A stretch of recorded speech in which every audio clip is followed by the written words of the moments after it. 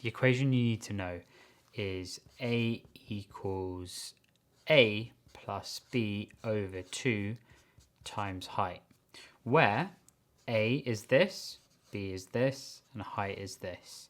A and B are interchangeable. You can pick pretty much any side, it doesn't make a difference.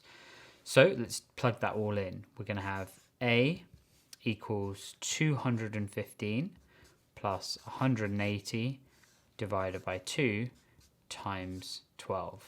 If we now simplify this, you're going to get A equals 395 divided by 2 times 120.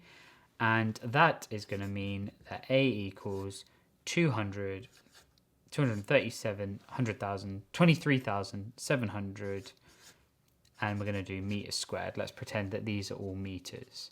So pretty simple. If you're given, let's say, the area, but you don't have a side, you're plugging it in and rearranging. Pretty straightforward.